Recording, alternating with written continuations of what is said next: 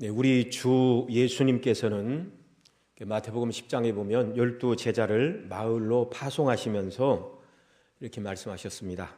가면서 전파하여 말하되 천국이 가까웠다 하고 병든 자를 고치고 죽은 자를 살리며 나병 자를 깨끗하게 하며 귀신을 쫓아내되 거저 받았으니 거저 주라. 그러면서 이제 전도할 때 또 복음을 증거할 때에 또 어떻게 준비를 하고 나가야 되는가? 너희 전대에 금이나 은이나 동이나 가지지 말고 여행을 위하여 주머니나 두벌옷이나 신이나 지팡이를 가지지 말라. 이는 일꾼이 저먹을 것 받는 것이 마땅함이니라. 이렇게 또 말씀하셨습니다. 그러니까 복음의 은혜를 거저 받았으니 거저 복음을 나누어 주어야 되고, 그 다음에 어디를 가서 전도를 하든지 주님께서 복음과 함께 먹고 입을 것을 공급하시니 염려하지 말라, 그렇게 말씀하셨고요. 그 다음에 이제 그들이 복음을 증거해야 될 세상이 얼마나 정말 사납고 또 복음을 미워하고 복음 증거자를 멸시하고 괴롭게 할지 마치 양떼를 잡아먹는 이리와 같이 그렇게 세상이 너희를 대할 것이다, 그렇게 경고를 하십니다. 그러면서 이렇게 말씀하셨습니다. 보라, 내가 너희를 보냄이 양을 이리 가운데 보냄 같도다. 그러므로 너희는 뱀같이 지혜롭고 비둘기같이 순결하라. 그래서 그리스도의 복음을 증거해야 될 사도들을 포함해서 신학의 모든 복음을 증거해야 될 교회와 성도들의 자세가 바로 이것이었습니다. 거저받은 복음의 은혜를 나가서 증거하되 어떻게 해야 되는가? 이 복음을 증거하는 자들을 미워하고 헐뜯고 거짓으로 모함하고, 예수님을 거짓으로 모함했잖아요. 성전을 헐고 사흘에 짓는다고 말하는 자요. 또 다른 가이사를 우리는 가이사밖에 없는데 다른 주가 있다, 뭐 이상한 사실이 아닌 누명을 씌워서 예수님을 고소를 했고, 또 예수님의 제자들인 사도들도 마찬가지였습니다. 그래서 복음을 증거하는 교회, 훗날에 사도를 포함한 우리 모두를 향하여 세상에서 복음을 증거하는 자들의 자세는 뱀처럼 지혜롭고 비둘기처럼 순결해야 된다. 그렇게 해야 복음이 회방을 받지 않고 꼬투리를 잡는 사람들에게 할 말이 없게 만드는 것이다. 이렇게 우리 주님이 말씀을 해 주셨습니다. 자, 데살로니가에서 복음을 전한 사도 바울도 핍박과 반대와 공격을 당하였는데, 오늘 우리가 5절 말씀을 보면 사도가 또 얼마나 터무니없는 공격을 당했는가 알 수가 있습니다. 5절 말씀 같이 읽겠습니다. 너희도 알거니와 우리가 아무에게도 아첨의 말이나 탐심의 탈을 쓰지 아니한 것을 하나님이 증거하시느니라, 이렇게 말하는데요. 그러니까 바울의 공격자들은 뭐라고 했냐면, 사도 바울이 데살로니가에서 사역을 할 때 아첨의 말을 하였고 탐심의 탈을 쓰고서 너희들에게 와서 그렇게 해서 원하는 것을 얻으려고 했다. 그 말에 대한 지금 반론을 펴고 있는 것입니다. 또 6절을 보면 6절도 읽습니다. 우리가 그리스도의 사도로 능히 존중할 터이나 그러나 너희에게든지 다른 이에게든지 사람에게는 영광을 굳이 아니하고, 이렇게 말합니다. 이게 이 세 번째 사람들이 또 사도 바울을 공격했던 것이, 사도 바울은 사람 가운데서 영광을 추구하는 자였다라는 이런 비난 내지는 고소를 받았습니다. 이 비슷한 내용을 우리가 앞서 살펴봤죠. 3절 우리 지난주에 살펴본 것처럼 우리의 권면은 간사에서나 부정에서나 괴게 난 것도 아니요. 그러니까 사도 바울이 이제 권면, 곧 복음을 증거하고 그 복음에 비추어 어떻게 살아야 되는가를 말하는 설교의 사도의 강론과 관련해서 간사와 부정과 괴계로 일관하고 있다, 그렇게 말했다면, 그 다음에 오늘 우리가 읽은 6절 7절은 사도 바울의 전체적인 사역의 태도가 무엇이라고 공격했다고요? 아첨의 말과 탐심의 탈을 쓰고 사람 가운데 영광을 구하는 자였다라는 그런 터무니없는 공격을 받았다는 것입니다. 그러니까 사도가 조금의 사람들이 정말 여기에 해당하는 어떤 것이 조그만한 실수가 있다 하면 사도가 변명을 해도 통하지 않죠. 그냥 이리가 양을 물어뜯듯이 물어뜯고 놔주지 않는 것이 그게 세상입니다. 이게 참 복음의 영광을 위하여 세상에서 빛으로 살아간다는 것이 그렇게 쉬운 일은 아니다. 그러나 어려운 일도 아닙니다. 왜냐하면 내 힘으로는 안 되지만 주님을 의지하고 성령께서 함께 하실 때 부족한 저와 여러분도 그런 사람으로 하나님께서 세워주실 줄로 믿습니다. 그러니까 우리가 이런 말씀을 드리면 겁을 내고 두려워하기 이전에 왜 주님께서 이런 말씀을 하셨는가? 그런 일을 능히 행할 만한 놀라운 복음의 은혜를 입었고 복음의 영광 가운데 거할 때 능히 그런 사람들이 되도록 붙들어 주시고 은혜를 주신다는 약속이 함께 있다는 걸 우리가 항상 잊지 말아야 될 것입니다. 자, 이렇게 5절 6절에서 사도가 세 가지를 부정하고 있죠. 아첨의 말이나 탐심의 탈을 쓰지 아니하고 사람의 영광을 구하지 아니했다. 자, 이런 말도 안 되는 공격을 받고 있습니다. 사실과 다른 내용을 가지고 비열한 공격을 하고 있습니다. 이에 대하여 사도는 뱀처럼 지혜롭게 그리고 비둘기처럼 순결하게 자신에게 주어진 그 불명예스러운 말들을 이제 해명을 하고 변호를 하고 있습니다. 먼저 이 아첨의 말이라는 것은 쉽게 이해하실 수 있죠. 이기적인 목적을 가지고 다른 사람을 이용하기 위하여 구부러진 말을 하는 것, 이것이 이제 아첨의 말이죠. 그러니까 바울 사도는 자기의 생활에 필요한 물질을 얻고 세상적인 유익을 얻기 위하여 복음을 방편이나 수단으로 사용하는 자였다라는 비난이 아첨의 말을 하는 자였다는 말이고, 사도는 그렇게 하지 아니했다 이렇게 말하고 있습니다. 그래서 사도는 어디를 가든지 자비랑 선교를 했죠. 사도 바울의 직업이 텐트를 만드는 사람이었습니다. 텐트 메이킹, 장막을 만드는 사람. 밤과 낮으로 열심히 일했다 그렇게 말하죠. 그래서 그 복음의 은혜를 깨닫고 사도가 기도하고 말씀 전할 시간도 부족한데 저렇게 텐트만 만들어서 해야 되겠는가라고 복음에 대한 각성을 입은 성도들이 헌금을 모아주면, 사도행전에 보면 빌립보에서 이렇게 디모데와 다른 사람들이 사도에 쓸 것을 이렇게 그들 편에 보내주자 사도가 하나님의 말씀에 붙들려 그렇게 표현이 되고 있습니다. 그래서 일하는 시간을 줄이고 기도하고 말씀 전하는 데 더 시간을 쓰고 거기에 붙들리자 성령께서 사도로 하여금 하나님의 말씀을 온전히 증거하도록 그런 은혜를 주셨죠. 그 사도가 사역에 필요한 어떤 물질적인 지원이나 공급을 하나도 받은 적이 없다 그렇게 말하고 있는 것이 아니라 그것을 목적으로 일한 적은 없다. 그러나 성도들이 영적인 복음의 은혜와 혜택을 깨달아서, 그래서 고린도전서에서 여러 번 그런 얘기를 하죠. 나와 바나바만 그럴 권위 없겠느냐? 게바와 같이 자매된 아내를 데리고 다닐 권위 없겠느냐? 성전의 제사장들이 성전에 나는 것으로 먹었고 또 구약에 일하는 소에게 망을 씌우지 말라고 했는데 그게 어찌 소를 위함이냐? 하나님의 일꾼들을 위하여 복음과 함께 일하는 자는 복음에서 나는 것을 통하여 살도록 하나님이 역사하여 주셨다.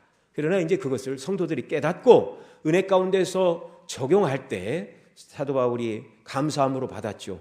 역시 이제 그 말을 빌립보서 4장에서 내게 능력 주시는 자 안에서 내가 모든 것을 할 수 있느니라. 그 말도 빌립보 교회가 사도에 필요한 선교비를 지원해 주자 그걸 받고, 이것이 없어도 나는 주님의 은혜로 가난하면 가난한 대로 처하고 풍부하면 풍부하는 대로 처하는 일체의 비결을 배웠지만 여러분들이 드린 이 선물을 인하여 하나님이 기쁘게 받으시고 이 복음의 영광이 더 복되게 증거될 것입니다. 그렇게 축복을 한 것이죠. 당시 이교도들은 그런 사람들이 많았습니다. 이교도의 웅변가들은 자기들의 신의 이름으로 자기들의 유익을 위하여 웅변하고 또 그렇게 하는 일들이 많이 있었습니다. 그러나 사도는 그것 자체가 목적은 아니었다. 두 번째, 탐심의 탈을 쓰지 않았다 이렇게 말하고 있는데요. 본래의 마음은 탐심이 가득한데 그것을 은폐하기 위하여 탐심을 가리기 위하여 탈을 썼다 그런 의미입니다. 그러니까 탐심의 탈을 쓰지 않았다 그 말은 탐심을 가리기 위하여 다른 가면을 쓰지 않았다 그 표현인데요. 주석가 윌리엄 바클레이는 탐심에 대해서 이렇게 말했습니다. 탐심은 가져서는 안 되는 것을 가지려는 열망과 자신의 욕구와 욕망을 세상에서 가장 중요한 것으로 생각하여 그것을 얻으려는 착취하는 죄. 이것이 탐심이다.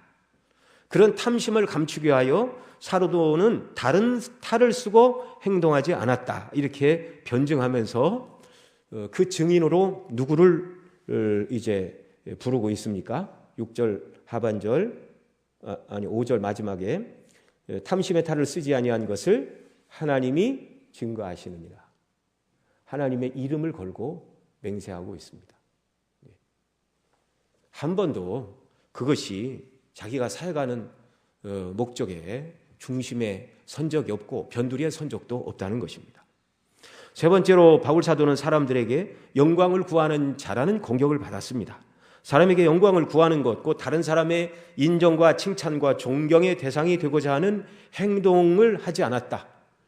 여러분, 사도가 복음을 잘 증거하고 하나님의 뜻을 드러나고 사도를 통하여 복음을 듣고 그리스도 안에서 주어지는 구원을 입고 성령 충만한 성도가 사도를 존경하고 사도에게 영광을 돌리는 것은 잘하는 일입니까? 잘못되는 일입니까? 그것은 복음의 혜택과 은혜를 입은 자로서 마땅한 반응이죠. 그건 잘하는 일입니다. 그러나 사도는 그것을 목적으로 사역을 한 적은 없다. 오직 그리스도의 복음을 증거하여 예수님 모르는 한 사람 한 사람에게 어떻게 하면 복음을 듣고 자기가 죄인임을 깨닫고 값없이 구원하시는 은혜로 말미암아 새롭게 되어 죄사함 받고 하나님의 자녀가 되게 하는 것, 이것에만 사도는 관심을 가졌던 것이죠. 오늘날 사람들은 자신의 섬김이나 사역을 통하여 다른 사람보다 조금이라도 눈에 띄는 다른 어떤 열매가 맺혔다면 그것을 자랑하느라 여념이 없는 자기 자랑의 시대입니다.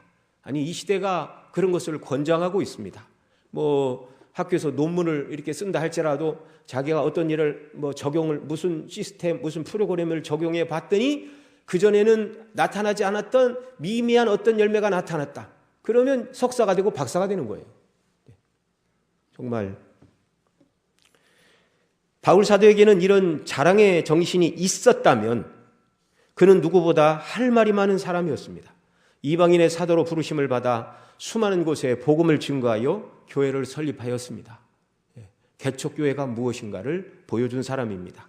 언어가 다르고 문화가 다른 곳에서 공식적으로 성경을 13권 기록하였고 히브리서도 대부분의 개혁주의 학자들은 사도 바울의 저작일 것이다 그렇게 추정을 하는데 신약 성경의 절반 이상을 기록한 사람입니다. 또 그로 인해 수많은 죄인들이 이방인들이 주님께로 돌아와 구원을 얻는 구원의 다리와 통로가 되었습니다. 누구보다 할 말이 많은 사람이었죠. 그러나 사도는 자기 자랑하는 일에는 관심이 없었습니다. 고린도전서 4장 1절 이하에 보면 이렇게 말합니다. 사람이 마땅히 우리를 그리스도의 일꾼이요 하나님의 비밀을 맡은 자로 여길지어다. 그리고 맡은 자들에게 구할 것은 충성이니라. 너희에게나 다른 사람에게나 판단받는 것이 내게는 매우 작은 일이라. 나도 나를 판단하지 아니하노니 내가 자책할 아무것도 깨닫지 못하나 이로 말미암아 의롭다 하심을 얻지 못하노라. 다만 나를 심판하실 이는 주님이시니라. 사람들의 평가와 판단이 그에게는 관심 밖이었습니다. 주 앞에 섰을 때 잘했다. 네가 죽도록 충성하였구나. 생명의 멸류관을 내게 주리라 말씀하실 주님의 칭찬과 인정과 상급만 생각하고 살아간 사람이었습니다. 그러니 세상에서 자기 영광을 구하는 것, 참 하늘의 영광을 바라보고 있는데 어떻게 세상의 영광을 구한다는 말입니까? 그건 있을 수가 없는 일입니다. 있을 수가 없는 일. 조금 있다 집에 가면 집에 정말 자기를 위하여 만찬이 차려져 있는데 배가 고프다고 집 앞에서 떡볶이나 어묵 먹고 들어가는 사람 없죠. 하늘의 영광에 붙들린 사도 바울, 모든 판단을 주님께 맡기고 나는 복음 전할 사명을 맡은 그리스도의 일꾼이요 하나님의 비밀을 맡은 자로서 맡은 자에게 구할 것은 충성이니라 이렇게 말하고 있는데요. 자기 말이죠. 자기 말. 내가 하나님의 복음의 비밀을 맡은 자로서 나는 하나님 앞에 충성을 다하여 섬기기를 구하고 그런 은혜를 달라고 간구할 뿐이지 사람들이 나에 대하여 뭐라고 판단하는 것에는 별 관심이 없다. 사도는 자기 자랑을 하지 않았을 뿐만 아니라 마땅히 존중을 받아야 될 자신의 권리를 다 누리지도 않았습니다. 우리 6절 말씀 한 번 더 읽겠습니다. 우리가 그리스도의 사도로 능히 존중할 터이나 그러나 너희에게든지 다른 이에게든지 사람에게는 영광을 굳이 아니하고 이렇게 말하는데요. 우리가 그리스도의 사도로 능히 존중할 터이나 우리가 그리스도의 복음의 사도이니 여러분이 마땅히 우리를 존중해야 합니다. 그 말입니다. 존중해야 할 터이나 이 말이. 네. 데살로니가 성도들이 사도 바울을 존중해야 될 이유가 무엇입니까? 여기 존중이라는 말은 그를 칭찬하고 또 그에게 영광을 돌리는 것뿐만 아니라 데살로니가에서 사역할 때 필요한 모든 경비를 지원하는 것 일체를 다 포함해서 존중이라는 말로 지금 사도가 설명을 하고 있는데요. 자, 왜 데살로니가 성도들이 사도 바울을 존중해야 되죠? 바울이 일개 개인이 아니라 그리스도의 사도입니다. 그리스도의 대사입니다. 만왕의 왕이신 주님께서 데살로니가에 당신의 거룩한 명령을 집행하는 명령의 대리자로 보내셨습니다. 그것이 무엇인가 영적인 눈이 열렸다면 그리스도의 사도요 복음의 일꾼인 사도를 위하여 물심양면으로 지원하는 것, 그것은 사도 바울 이전에 주님의 이름과 명예가 달려있는 일이었습니다. 특별히 사도는 그들에게 하나님의 심판을 말하러 간 것이 아니라 그리스도의 복음, 영광스러운 복음의 전파자였기 때문에 더더욱 그렇습니다. 주께서 바울에게 복음 증거의 사명을 맡기지 않으셨다면 바울은 그저 평범한 사람일 뿐이었습니다. 유대교에 열심히 있던 젊은 날 복음의 핍박자와 포행자로 살았는데 주님이 그를 불러주시지 않았다면 끝까지 복음을 핍박했던 사람의 하나로 이름이 남고 끝났겠지요. 그리고 오늘날은 아무도 그를 기억하는 사람이 없었을지도 모릅니다. 여러분, 초대교회에 복음을 핍박한 사람이 사도 바울만 있었던 것이 아닙니다. 그런데 왜 바울이 핍박자의 이름으로 거기 등록이 되었는가? 핍박자였다가 주님의 부르심을 받고 이방인에게 복음을 증거하는 사도로 바뀌었기 때문에 과거 자기가 복음의 핍박자였다는 것을 말하고 있지, 사도 바울 이외에 다른 핍박자들이 많이 있었어요. 어떻게 사울 한 사람이 예루살렘에 있는 성도들을 다 핍박하여 그들을 예루살렘 밖으로 다 쫓아낼 수가 있습니까? 그 불가능한 일이었습니다.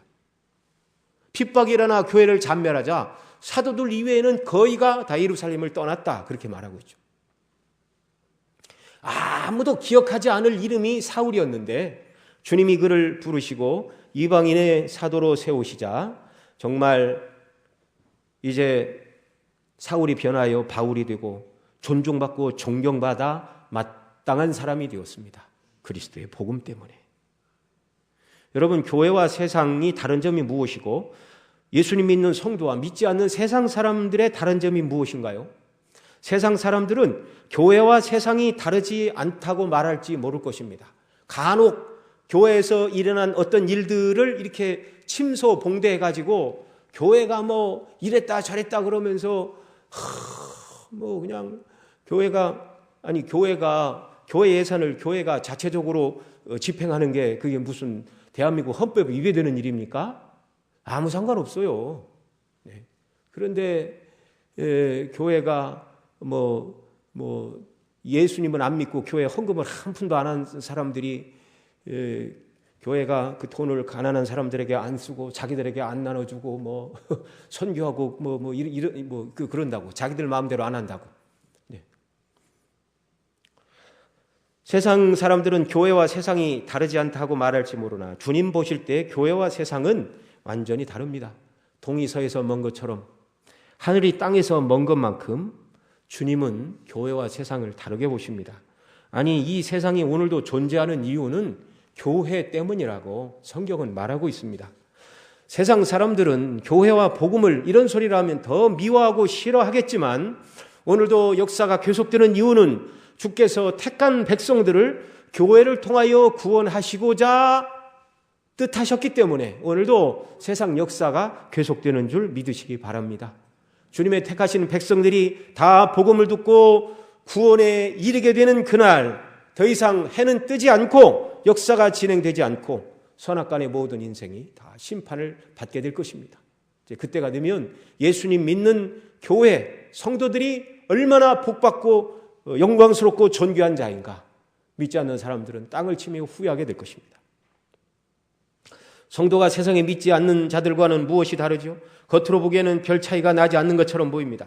구원받은 성도라고 해서 예수님 안 믿다가 갑자기 예수님 믿으면 뭐 얼굴에 어떤 별이 하나 더 생기거나 그렇지 않아요. 신체적인 변화가 일어나는 것도 아니고 또 때로는 믿지 않는 세상 사람들 중에 윤리와 도덕 중심으로 살아가는 사람보다 때로 그리스도인이 그보다 못해 보일 때도 있는 것도 사실입니다. 연약과 허물에 빠지게 되면. 그런다 해도 성도는 복음을 소유하고 있습니다. 그리스도를 모신 자이기에 세상에 믿지 않는 자들과 성도는 근본적으로 다른 것입니다.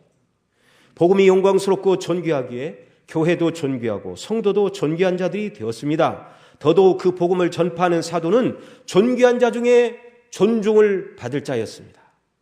그러나 바울은 복음을 소유한 자로서 존중받아 마땅한 그리스도의 복음의 증거자요 사도였으나 세상에서 영광을 구하지 않았다. 그렇게 말씀하고 있죠.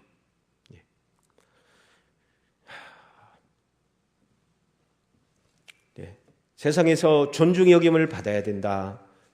그러나 사도가 그들 가운데서 이제 복음을 전하고 3주 만에 떠났잖아요. 세일에 만에. 근데 내가 세일에 만에 떠날 것이다를 알고 거기서 사역을 시작한 것도 아닙니다. 그러니까 한 번, 두 번, 세 번 안식일에 그들에게 하나님의 말씀을 증거하면서 영광스러운 복음의 증거자이지만 그들에게 무슨 영광을 사도가 구하겠어요. 말귀도 못 알아듣는 사람들인데. 하나님의 성령의 역사로 이제 거듭난 어린아이들인데. 그래서 그들에게 사도는 어떠한 경제적인 부담도 지우지 않았다는 것입니다. 왜요? 복음을 오해할까 봐. 복음을 오해할까 봐. 그들이 믿음으로 견고히 서서 복음의 신앙을 위하여 협력하며 선교하는 성숙한 신앙인으로 자라기까지는 자신의 권리를 말하지 않았고 오히려 그 데살로니가 성도들에 대하여 자기는 젖먹이 어린아이를 기르는 유모와 같은 자세로 여러분을 대하였습니다. 이렇게 말하고 있습니다. 자, 권세를 다 누리지 않고 어떤 자세로 사역을 했다고요? 자식을 기르는 유모와 같이. 여러분, 사도 바울이 마땅히 존중이 여김을 받아야 되는 대사도요, 영광스러운 복음의 일꾼이었으나 왜 그들 가운데서 사람 가운데 영광, 존중 여김을 받을 것으로 여기지 않았습니까? 복음 때문이죠. 잘 들어보세요. 제가 지금 이상한 말을 하고 있습니다. 복음 때문에 사도는 존중의 여김을 받아야 될 자라고 얘기를 했는데 사도는 그 복음 때문에 존중의 여김을 받지 않겠다 이렇게 말하고 있습니다. 네. 여러분, 도시에서는 밤하늘에 별들이 잘 보이지가 않습니다. 두 가지 이유인데요. 하나는 공해로 인하여 연기와 먼지에 가려서 별들이 안 보이기도 하고, 그러나 그보다 더 큰 이유가 있는데, 서울이라고 그래서 맨날 뭐 먼지가 끼고 뭐 공해가 있겠습니까? 바람이 싹 불어와서 태풍이 몰고 간 그런 날은요, 서울 하늘에도 먼지 하나 없는 날들이 있습니다. 근데 그런 날에도요, 서울에서는 하늘에 별을 볼 수가 없어요. 왜 그런지 아시죠? 도시의 밤이 너무나 밝기 때문입니다. 그래서 깊은 산 속에 들어가 주변에 불빛이 없는 곳에서 눈을 들어 하늘을 볼 때 그 밤하늘에 쏟아질 듯이 빼곡하게 가득 차 있는 달과 별들의 모습을 보게 될 수 있는 것이죠. 믿음이 자라지 않은 자들에게 사도가 사도의 권리와 세상의 영광을 말하지 아니하였는데, 이제 믿음이 막 자라려고 있는데 그들을 향하여 이 영광스러운 복음의 일꾼을 여러분 이렇게 대접하면 되겠습니까? 이렇게 얘기하는 순간 믿음이 연약한 그들의 눈에 마치 하늘의 별을 이렇게 주위에서 쳐다보고 있는데 주변에 밝은 빛을 켜는 것과 같이 복음의 영광에 그들이 집중하는 것을 방해하지 않으려고 사도가 그렇게 말했다는 것이죠. 세상 영광을 말하는 순간 복음의 영광이 가리워질 것을 염려하여 사도는 오직 연약한 그 성도들을 유모가 자녀를 기름과 같이 하였을 뿐이다. 여러분, 복음이 왜 이렇게 영광스럽죠? 예수 그리스도를 통하여 죄인을 구원하시는 이 놀라운 하나님의 복음.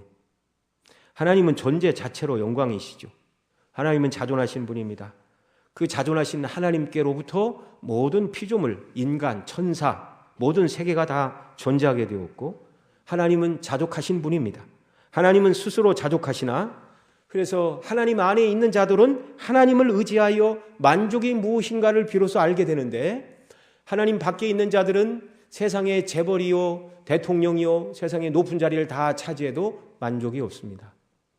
하나님께서 그 영혼에 하나님만으로 채워질 수 있는 빈자리를 만들어 놨는데 세상 것으로는 채워지지 않기 때문이죠. 하나님은 영원하십니다. 인간은 유한하고 변화됩니다. 어저께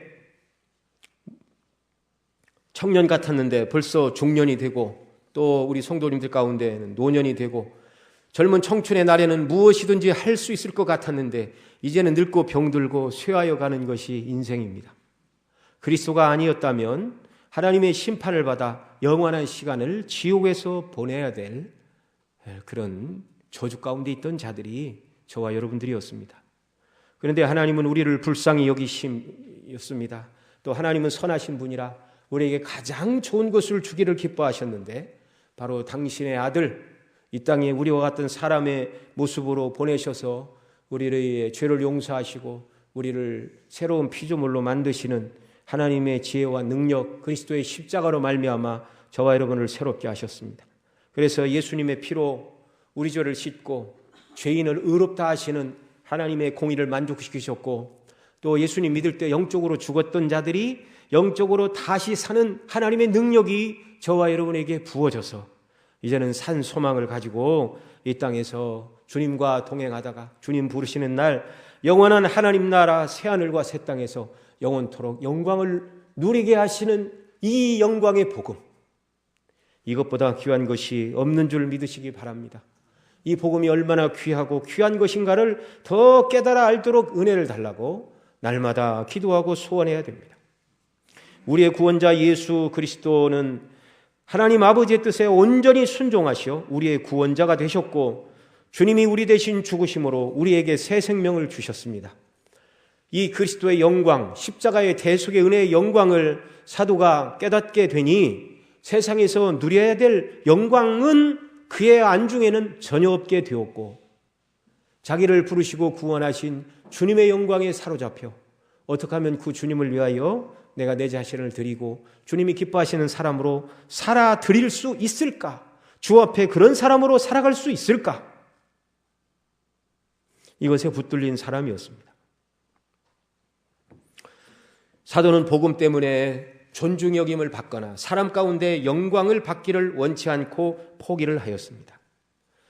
여러분, 저와 여러분은 복음 때문에 무엇을 포기하며 살고 있습니까? 세상에 믿지 않는 사람들이 우리를 볼 때, 저와 여러분을 믿지 않는 사람들이 볼 때, 저 사람은 세상을 위해서, 물질을 위해서, 세상의 명예와 권세를 위해서 날마다 교회 나가 하나님께 부르짖는 사람이야. 만일 믿지 않는 사람들이 우리의 신앙생활의 모습을 보고 그렇게 평가를 한다면 이건 주님이 자기를 버리시고 우리를 구원하신 원칙에 맞지 않고 그 주님을 닮아 세상 영광을 구하지 않은 사도가, 우리의 선생인 사도가 가르친 바도 아니라는 말입니다. 세상 사람들이 우리를 볼 때, 저 사람은 손해보는 사람이구나, 양보하는 사람이요, 상식 이상의 섬김의 원리를 따라 사는 그리스도인이구나 라는 인정과 칭찬을 받아야 할 줄로 믿습니다. 주님이 우리를 그러라고 구원해 주셨어요. 너희의 착한 일을 보고 하늘에 계신 아버지께 영광을 돌리게 하라. 너희의 선한 행실을 보고 하나님이 얼마나 너희를 새로운 사람으로 만들었는지 세상 가운데 드러나게 하라. 이렇게 사도는 5절 6절 말씀을 통해서 복음의 영광 때문에 내가 세상에서 아첨의 말이나 탐심의 탈을 쓰지 않고 살았고 또 사람 가운데 영광을 구하지 아니하였다라고 자신이 하지 않은 일에 대해서 공격을 받을 때 그런 일이 없다, 그것은 오해라고 변호했을 뿐만 아니라 7절 8절에서는 그러면 데살로니가에서 어떻게 사역을 했는지 밝히고 있습니다. 우리 7절 8절 말씀도 같이 읽습니다. 오직 우리가 너희 가운데 유순한 자가 되어 유모가 자기 자녀를 기름과 같이 하였으니 우리가 이같이 너희를 사모하여 하나님의 복음으로만 아니라 우리 목숨까지 너희에게 주기를 즐겨함은 너희가 우리의 사랑하는 자 됨이니라. 아멘. 자, 먼저 우리가 너희 가운데 거하여 가운데 유순한 자가 되어 이렇게 말하고 있는데요.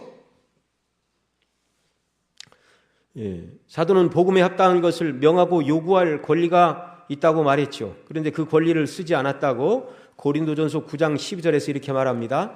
다른 이들도 너희에게 이런 구원을 가졌거든 하물며 우리일까 보냐.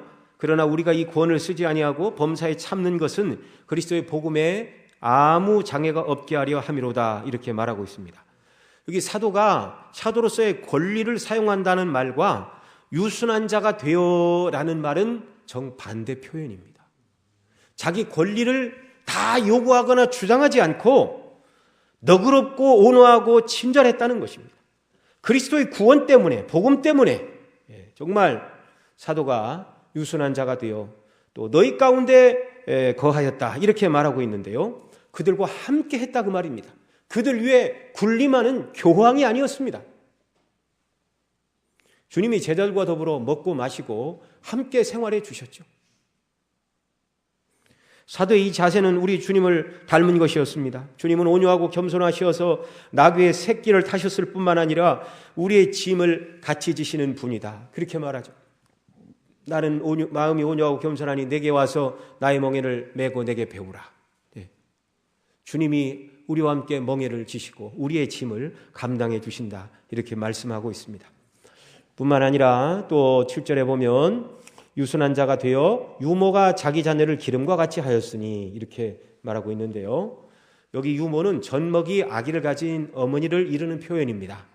젖먹이 어린아이를 기르는 그 어머니가 마음을 다해서 자녀를 양육하듯이 했다. 자녀를 기름같이 해서 이 기르다는 표현은요. 따뜻하게 했다는 말인데요. 이 말은 새끼를 따뜻하게 보호하기 위하여 깃털로 새끼를 덮어준 새에 대하여 쓰였던 말인데요. 신명기 22장 6절에 이런 표현이 있습니다. 길을 가다가 나무에나 땅에 있는 새끼의 보금자리에 새 새끼나 알이 있고 어미새가 그의 새끼나 알을 품는 것을 보거든. 여기 품는다. 그 표현이 기름같이라는 말과 같은 단어인데요. 어미새가 그의 새끼나 알을 깃털과 날개로 품고 따뜻하게 품고 보호하는 것. 사도 바울의 이런 태도 역시 정말 하나님의 성품을 닮은 것이죠. 이사야 49장 14절 이하에 이렇게 말합니다. 오직 시온이 이르기를 여호와께서 나를 버리시며 주께서 나를 잊으셨다 하였거니와 여인이 어찌 그 젖먹는 자식을 잊겠으며 자기 태에서 난 아들을 긍휼히 여기지 않겠느냐. 그들은 혹시 잊을지라도 나는 너를 잊지 아니할 것이라. 여러분, 젖먹이 어린아이 둔 어머니가 그 아이를 한시라도 잊어버릴 수가 있을까요? 그런 일은 불가능하죠. 그런 일은 불가능하죠. 그런데 하나님은 말씀하십니다. 혹시 사람은 그럴지 몰라도 나는 너를 잊지 아니할 것이라. 내가 너를 내 손바닥에 새겼고 너의 성벽이 항상 내 앞에 있나니 내 자녀들은 빨리 걸으며 너를 헐며 너를 황폐케 하던 자들은 너를 떠나가리라. 이스라엘의 회복과 관련하여 그리스도 안에서 주실 구원에 대한 말씀입니다. 얼마나 그 백성을 사랑하시는가. 여인이 젖 먹는 아들을 불쌍히 여김과 같이 하나님께서 그 백성 된 저와 여러분을 오늘도 긍휼히 여기시고 품으시는 분이라고 말씀합니다. 마태복음 23장 37절 이하에는 이렇게 말합니다. 예루살렘아 예루살렘아 선지자들을 죽이고 내게 파송된 자들을 돌로 치는 자여 암탉이 그 새끼를 날개하려 모음같이 내가 내 자녀를 모으려 한 일이 몇 번이더냐. 이게 바로 주님이십니다. 암탉이 새끼를 그 날개하려 모음같이 주님께서 저와 여러분을 그런 사랑으로 부르셨고 구원하셨고 지금도 지키시는 줄 믿으시기 바랍니다. 사도가 이 사랑을 깨달았습니다.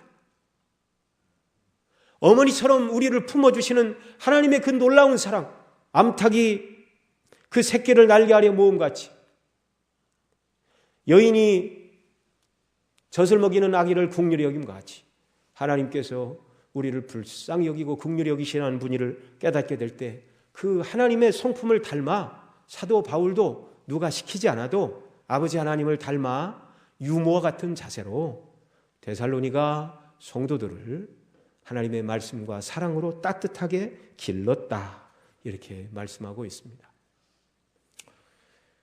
영혼들을 대하는 주일학교 교사, 또 구역장님들, 또 무슨 전도회의 모든 임원 되시는 분들, 섬김의 직분에 부름받은 모든 사람들의 자세가 이와 같아야 하는 줄로 믿습니다.